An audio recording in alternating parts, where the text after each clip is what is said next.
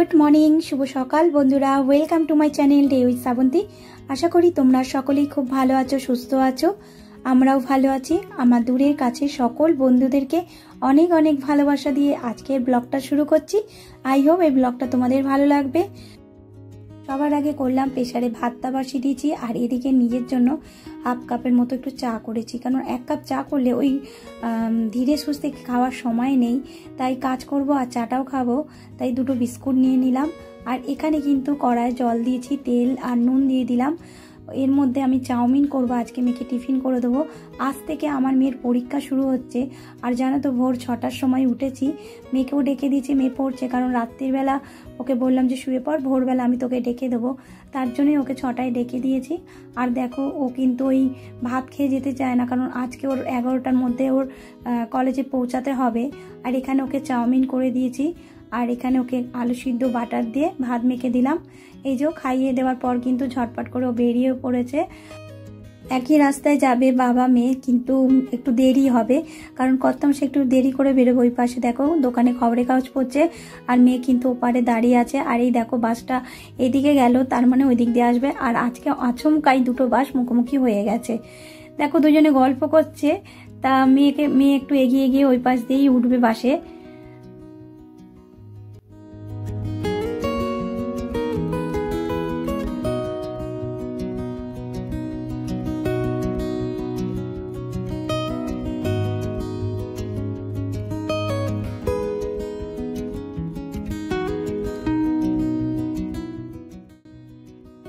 চলো মেয়ে তো চলে গেল, এবার ঝপাঝপ করে কাজগুলো করে নি। আর সকালবেলা দেখো বিছানার চাদরটা কাঁচা হয়ে গেছে, আর এখানে টুকটাক ওই মেয়ে চান করছে সেই জামা কাপড়গুলো রয়েছে। আর এখানে কর্তামশাইকে টিফিনটা দিয়ে দিলাম, আর আমিও টিফিন নিয়ে বসে পড়লাম। একটু বেশি করেই করেছি যাতে তিনজনেরই হয়ে যায়। কর্তামশাই আবার ঘুরে এলো, যে জলের জারটা নিয়ে যেতে ভুলে গেছিল, তা জারটা নিয়ে গেল। আর এইদিকে দেখো আমি ফুলকপি আলু পোস্ত করব, তা আমি আলুটাকে ছোট ছোট করে কেটেছি, তা ভাজছি, আজকে নিরামিষই করব। আর পোস্তটা কিন্তু আমি মিক্সারে বেটেছি, প্রথমে শুকনো এতে মিক্সারে করে নিয়েছি, তারপরে কাঁচা লঙ্কা জল দিয়ে বাটলাম। আর শিলে বাটা যায়, কিন্তু কি বলতো ওই শিলে না বাটলে ওই শিলের মধ্যে আর্ধেক পোস্তটা লেগে যায়।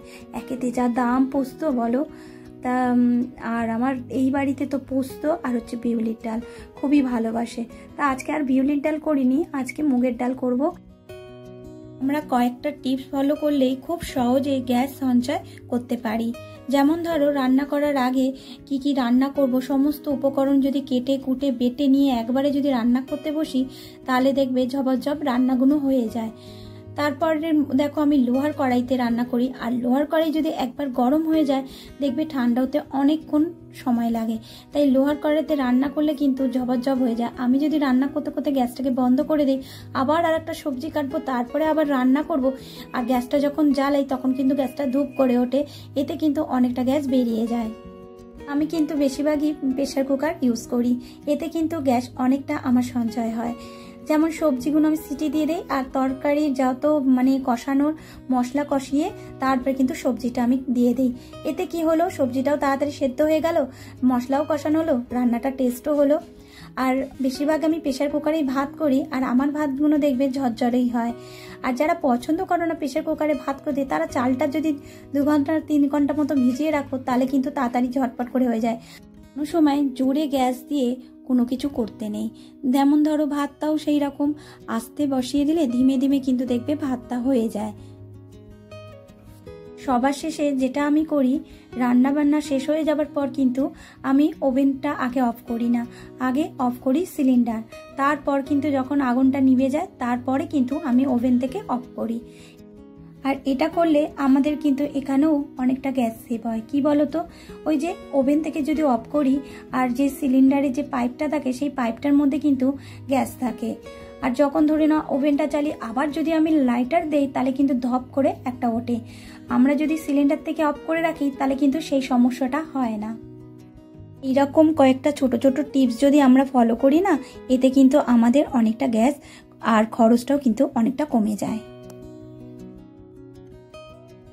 একবারে চান করে তারপরে পুজো দেবো, কারণ আজকে যেহেতু মঙ্গলবার, আর মঙ্গলবারে আমি বজরংবলীর পাঁচালি পড়ি, তা আজকে তোমাদের সাথে সেটা শেয়ার করব। বলো তো বন্ধুরা, ভক্তি আর বিশ্বাস সবই কিন্তু আমাদের হাতে। তাই আমি কিন্তু খুব বিশ্বাস করি ভগবানকে। আমি জানি মানুষের থেকেও ভগবান আগে। আর এই যে সবচেয়ে শান্তির জায়গা আমার এই ছোট্ট ঠাকুর ঘর। তাহলে চলো আজকে বজরংবলীর পাঁচালীটা পড়ে তোমাদেরকে একটু শোনাই।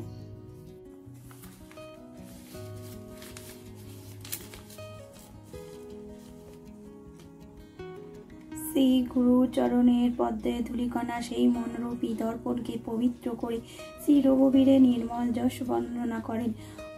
তাহা ধর্ম তত্ত্ব মোক্ষ ও কামচারী ফল প্রদান করে। হে পবন পুত্র, আমি আপনাকে স্মরণ করি। আপনি তো জানেন আমার শরীর ও বুদ্ধি দুর্বল। আমি আপনাকে শারীরিক বল, সমৃদ্ধি এবং জ্ঞান দিয়ে সমস্ত দুঃখ দোষ দূর করব। হে হনুমান, তোমার জয় হোক। তুমি অসীম জ্ঞানী ও গুণের সাগর স্বর্ণরূপ। তোমার তুলনা তুমি, তোমার জয় হোক। তিনলোক অর্থাৎ স্বর্গ, মর্ত্য ও পাতাল পর্যন্ত তোমার কীর্তি পরিব্যাপ্ত আছে।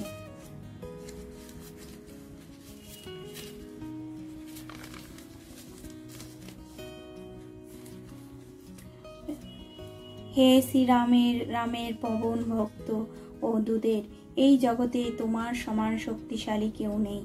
তাই তুমি অঞ্জনা পুত্র এবং পবন তনয় রূপে পৃথিবীতে বিখ্যাত মহাপুরুষ। হে বজরংবলী, তোমার বিশেষ শক্তিতে তুমিই শক্তিমান। তুমি যুগের কুমতিতে বিনাশ করো, সুমতি দান করো। তোমার মনোহন কাঞ্জন বরণ রূপে তোমার পরিধানের স্বর্ণ বসন কন্যে কুণ্ঠল ও কুঞ্চিতকে অতি শোভাবান হয়। তোমার হস্তে বর্জ ও ধবজা আছে, তথাপি স্বর্ণ মগধরে সর্বসুধা। যখন আমাদের মন অস্থির হয়ে ওঠে তখন যদি এরকম পাঠ করি না, তখন দেখবে মনটা অনেকটা শান্তি পায়। আর আমি ব্রতকথার যে বইটা রয়েছে সেটা কিন্তু আমার মেয়ে তখন 5-এ পড়তো, তখন কিন্তু কিনেছিলাম এই ছোট্ট বইটা। আর এত সুন্দর করে লেখা রয়েছে, আর এইরকম বই কিন্তু আমি দ্বিতীয়বার খুঁজে পাইনি। তাই বইটাকে একটু যত্ন করেই রাখি। মাঝে মাঝে আমার মেয়েও কিন্তু এগুলো পাঠ করে আমাকে শোনায়। তা যে কথাটা না বলে ভিডিওটা আমার অসম্পূর্ণ থেকে যাবে। যে সকল পুরনো বন্ধুরা প্রথম থেকে সাথে আছো, পাশে আছো, তোমাদেরকে অনেক অনেক ভালোবাসা। আজকে যদি কোনো নতুন বন্ধু প্রথমবার আমার ভিডিও দেখছো, ভিডিওর কোনো অংশ যদি তোমাদের ভালো লাগে অবশ্যই লাইক কমেন্ট করো। তোমরা যদি চাও আমার এই ছোট্ট পরিবার একটা মিষ্টি সদস্য হয়ে যেও। আজকে দুপুরবেলা কি রান্না করেছি সেটা তো তোমাদের দেখালাম। আর এখানে দেখো প্রেসারে ভাত করেছি, দেখেছো কি ঝরঝরে ভাত। দেখো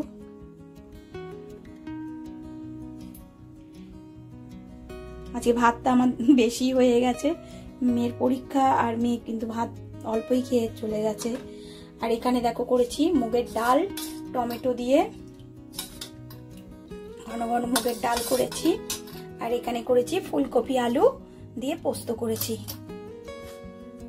এই হচ্ছে দুপুরবেলা। আজকে যেহেতু আমি একা খাবো তার জন্য ওপর ঘরে টিভি চালিয়ে খাবো। তাহলে চলো খাওয়া দাওয়া করে নিই।